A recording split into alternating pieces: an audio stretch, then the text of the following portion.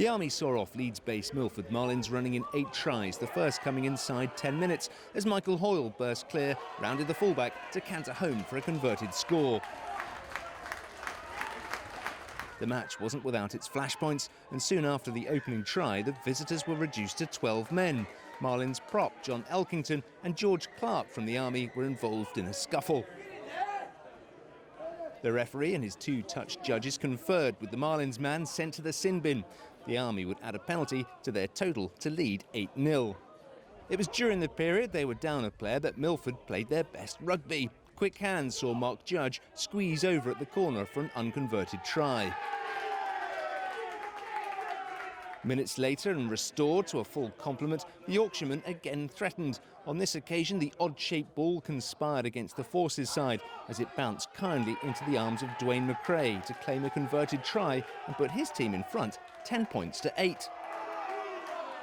Barely a minute later, the Army had bundled their way back in front. Dan Turner showing enough strength to get his way over the line for his team's second converted try.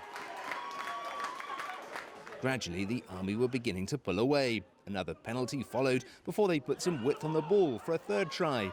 Jamie Lang popped to Lawrence Hamzett, who still had plenty to do, pirouetting through would-be tacklers to extend the lead. There was still time just before the break for the Army to claim another try.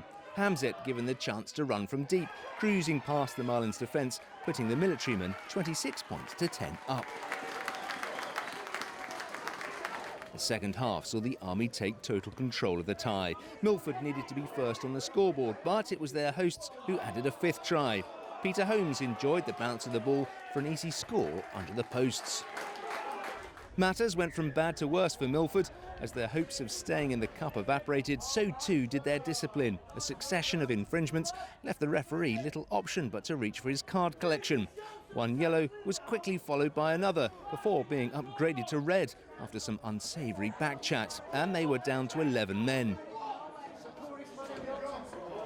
A few minutes later, the game momentarily slipped into chaos. Army skipper Chris Lopez failed to cover himself in glory when his alleged bite on an opponent's finger ignited something close to a barroom brawl. In fairness, the majority were acting as peacekeepers, but punches were thrown.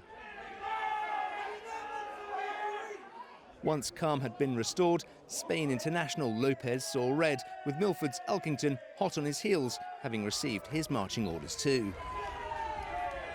The remainder of the match featured Hamzett completing his hat-trick of tries.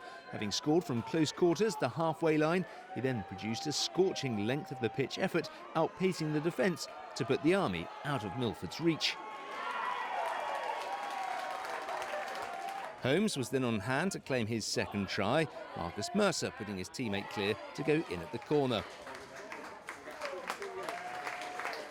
Another long-range effort concluded the Army try scoring, this time Hoyle showing the battle-weary Marlins a clean pair of heels, ghosting home for a 48-10 victory, putting the Army through to round 2, where head coach Ben Taylor outlined his immediate aspirations for this season's Cup campaign.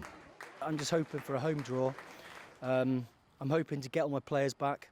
I've got to assess all the injuries, make sure we've got a full strength side, and then just build for the next fixture. And let's just hope we get a team that hopefully we can win and get onto the third round.